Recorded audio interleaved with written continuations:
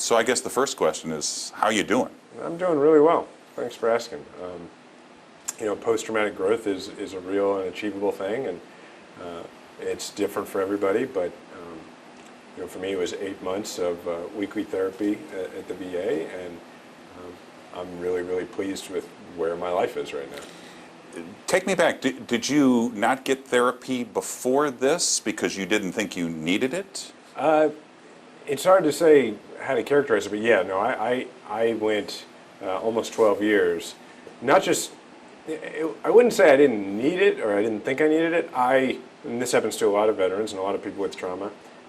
I thought there was something wrong with me, but I refused to attribute it to post-traumatic stress as related to a combat deployment, because like a lot of veterans, I felt like I hadn't done enough to earn that, and it felt like stolen valor to me.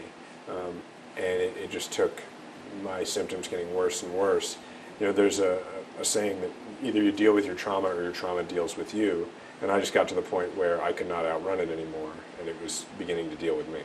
Have you discussed with therapists, or have you now begun to understand why you had PTSD when you weren't maybe in a firefight, but there was other things involved here? Yeah, one of the things I learned through the process is, combat's kind of this loaded term that we don't really know how to characterize it anymore. I mean, for me, my job as an intelligence officer, I was going into rooms where nobody really knew where I was. I was meeting with people who had questionable allegiances, all of whom were armed, and there was a reasonable chance that I could be kidnapped and killed. And I said to myself when I got home, well, I didn't do anything, I just went to meetings. Well, it took going to the VA for somebody to sort of explain that back to me and say, you didn't have any backup other than a translator that was with you. Nobody knew where you were. You were exposed for hours at a time. And when someone explains it back to you, you go, well, that does sound kind of traumatic. And so, it's a different experience for everybody. But one of the things about it is that the military prepares you for combat by really instilling in you the idea that somebody else has it harder than you, and that whatever you're doing is not that bad. A friend of mine said to me once that somewhere there's a World War II vet who was third wave at D-Day saying, I was in the back, or first wave at D-Day saying, I was 3 rows back in the landing craft, so it's not a real trauma, right? But I'm not criticizing the military. That is a necessary thing they have to do, because in order to get me to keep going into those rooms with people who may want to kidnap and kill me, or get somebody else to keep going on patrols where they get shot at, you have to feel like what you're doing is nothing compared to everybody else. The problem is they don't turn it off. You come home and you start experiencing symptoms, and you're still sort of programmed to feel like, well, this can't be that bad. Somebody else has it worse. And so therefore, who am I to say that this is a problem that needs to be treated? And it unfortunately took me several years to come to grips with the idea that this is a real thing that I need to address. So when you were Secretary of State, when you were running for Senator, were you having these symptoms? Yeah. I didn't have a good night's sleep for over a decade. I had violent nightmares to the point where I would stay up and find other things to do simply because I didn't want to go to sleep. It was not pleasant to sleep. Other symptoms: hypervigilance, feeling like I was in danger often, emotional numbness. I mean, there's a long list. And again, you just kept telling yourself someone's got it worse, so you didn't seek help. Right. I mean, that's, you always know people who did more than you, and you always know people who maybe have it tougher than you now, and it's just sort of trained into us that you suck it up. And the thing is actually once you get home, you have to deal with it, and that's actually the thing that's strong. What I didn't realize was that the strong thing to do was to confront it. And so I spent a lot of time staying extremely busy professionally and otherwise, just to avoid the internal turmoil. And I just got to a point where I could no longer outrun it. Have you thought about, had you been elected senator, had you beaten Roy Blunt, what you would have had to do if you were still having these nightmares and you were a U.S. senator? Yeah, I mean, I've thought about it. I don't know what would have happened. I don't know what happened for me was, it's at the time I was very cagey about it, right? But I mean, obviously I was getting ready to run for president. I mean, I went to 46 states in a year and a half. Right. I went to Iowa and New Hampshire like a dozen times each. And that was going extremely well, objectively, professionally. Personally, it was not going well. And at some point, you know, it became clear to me that I needed to, something was not right. I needed to address it. So I decided I was going to come home, come back to Kansas City, you know, stop living on airplanes, run for mayor, and during that process, I would go to the VA and get help. I had not yet admitted to myself that it was post-traumatic stress. I just said something's wrong. Yeah. Right? I think I knew, but I didn't say it out loud, for instance. And I came home. I started running for mayor, and that was going extremely well. But nothing else was really going well, and I didn't take that other step, and I didn't go to the VA. And that's where, you know, things just eventually came to a head, and I decided, no, this has to happen now. And so that's why I made the decision I did. Tell me about that decision. Tell me about the moment you decided to drop out of the Kansas City mayoral race. Yeah, so that campaign was, I think, 99 days long. From a campaign perspective, they were all wildly successful. We were doing very well. We were in a very comfortable position in the race, but in that 99 days, I really had about one good day personally. And things were just getting worse and worse because I had not dealt with them for so long. And then my suicidal thoughts had gotten frequent enough, scary enough, that my wife and I decided I needed to call the Veterans Crisis Line. And so I called the Veterans Crisis Line, and the reason that stood out and was a turning point for me is because I had kind of told myself up until that point, probably like a lot of veterans, that I have these problems, but they're not this thing. But then when I spoke to the person on the other end of the phone, the tone of their voice made it clear to me that I didn't sound different than anybody else they had talked to that evening. I sounded like everybody else they had talked to. And that was a real wake-up call for me. And my wife and I then went and we actually Googled post-traumatic stress, and it was like somebody was writing about me. And that made it pretty clear of what I needed to do. Your wife must have been scared if you were having suicidal thoughts. Yeah, very much so. Things are so much better now that it's almost like, in some ways, I don't recognize that decade-plus period, thankfully. You know, therapy is really can be a very tremendous tool. So tell me about how you got hooked up with the Veterans Community Project. Yeah, thanks for asking. So this place, Veterans Community Project, is a place that throughout Kansas City people have been talking about for a few years since it started. The city's really proud of it. I was running for mayor, and I came and I toured the place and was blown away by it. I remember going home and telling my wife, Diana, I wish I could quit everything I'm doing and just go work at that place. But, you know, I was planning to be mayor, so I didn't, you know, I didn't really mean that. It was a thing I said. And then I went back to running. Things went the direction they did. I ended up stepping back, and then I went to the VA. I had made this big announcement. I'm going to go get treatment at the VA.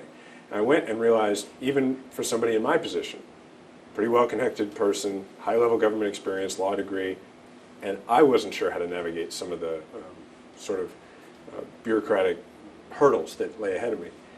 And so I texted my friend here, Brian, who's the CEO and co-founder, and had given me the tour. And I said, I'm not sure what to do. And he said, come on in. So the next day, I walked in here, just like thousands of Kansas City area veterans, and they provided me with the same sort of services that they've done for everybody else. In my case, and they do different things for everybody, but in my case, it was helping with my paperwork and making sure that I could smoothly get into mental health treatment at the VA, which made a huge difference for me.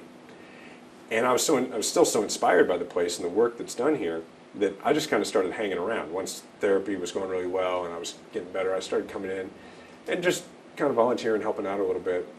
And they had inquiries from all over the country of cities who want them to expand and bring the model to other places. And they said, look, you've built a national organization. We could really use help with this. Do you want to just run the national expansion?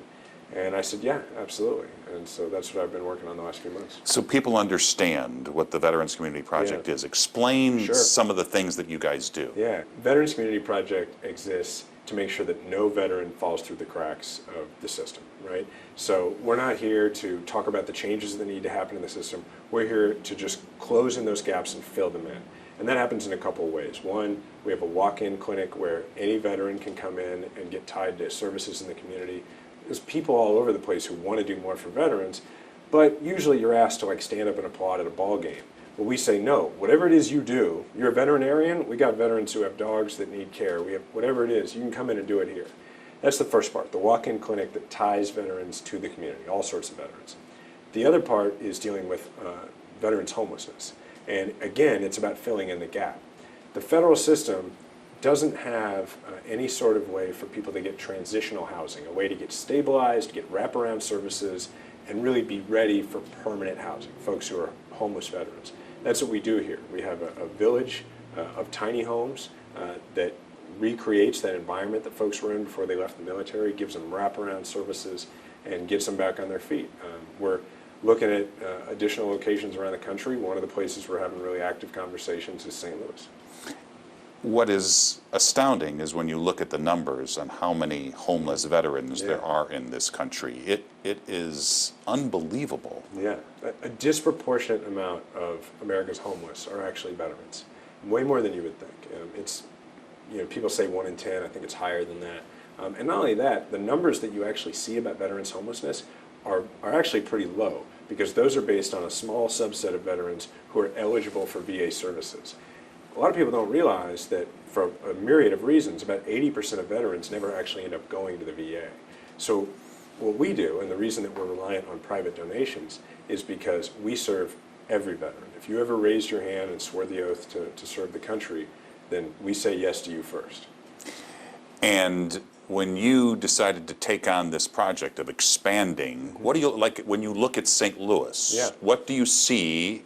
And I mean, it's a problem not just in Kansas City or the other place. I mean, it's a problem all over. So do you target specific cities like St. Louis, and for what reason? I'll tell you, everybody wants a Veterans Community Project, which is great in the sense that they want it. It's bad in the sense that it's needed in every major city and a lot of not major cities in the country.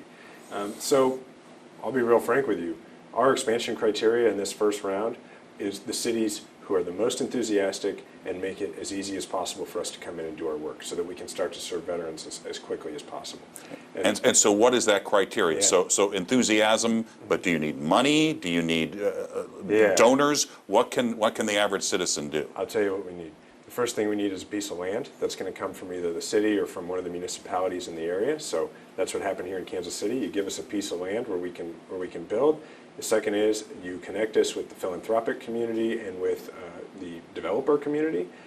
If there are architects watching, that's something that we can always use if you want to donate some services or just be a part of the project. So it's about getting the land and then getting the partnerships necessary to start building. So when you talk to the average citizen, people who may have voted for you, people who see you on national television, what's your message to them? What's your message to St. Louisans about getting involved? With Veterans Community Project, we are ready to come and do this work everywhere in the country. I mean, it is scalable. What the combat veterans who started this place, and I want to be real clear, that's not me. I've come in recently. This was started 3 years ago by an incredible group of people, all combat veterans who said, we don't like these gaps that exist in services, and we know how to fill them and what to do. What they built here can be done anywhere in the country. And so if people want to see it happen, make sure to first talk to your local elected officials and make sure that they're, aggressively approaching us about saying, hey, we got a piece of land for you. And I want to be clear, we've had some great conversations already in St. Louis. But then the other thing is, if you know folks in the construction and development community or just folks who are givers, this place runs on private donations. Folks can go to veteranscommunityproject.org/donate and make a contribution. So what's life like for you now? Really good. I wear a T-shirt to work. That's a little different. The news was coming. I put on one of my nicer T-shirts. I shave about once a week. I put on one of my nice T-shirts and I shaved for you, Mike. So life is pretty great. I focus on physical and mental health and my family and this work. So I work out almost every day. I drop my son off at school and pick him up almost every day. Tuck him in almost every night.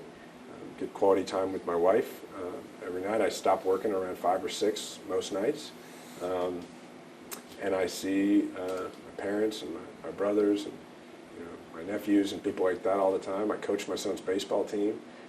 And I come here to work at a cause that I really and truly believe in. I get, the obvious next question, which I get all the time, is like some version of like, are you coming back? And what I always tell people here lately is I am back, and this is public service, and I'm really excited about it. My life has really been shaped in major ways by certainly the war in Afghanistan, but the wars of my generation, Iraq and Afghanistan, and I have this opportunity to serve people potentially all across the country who are part of that community of veterans, but also of past wars, and let's be honest, probably future wars. That's a tremendous opportunity for me, and a tremendous difference that I can make. And so I am back. So you're back, and it is public service. Mm-hmm. It is not politics, however. And is politics something that you're still interested in? Yeah.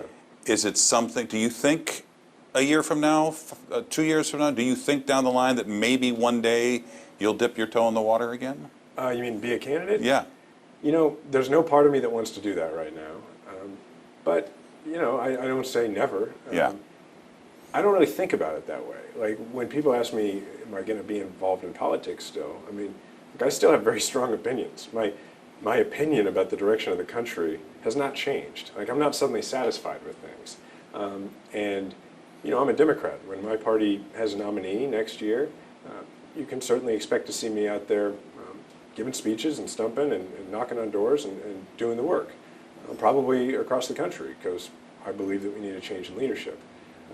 But this is the job that I'm doing, and it's what I'm really excited to be doing day to day. And this is not red or blue. This is red, Right. white, and blue. Yeah, this there's a saying that there's no political affiliation on a set of dog tags, and I don't feel like this is political in any way. I do feel like it's public service.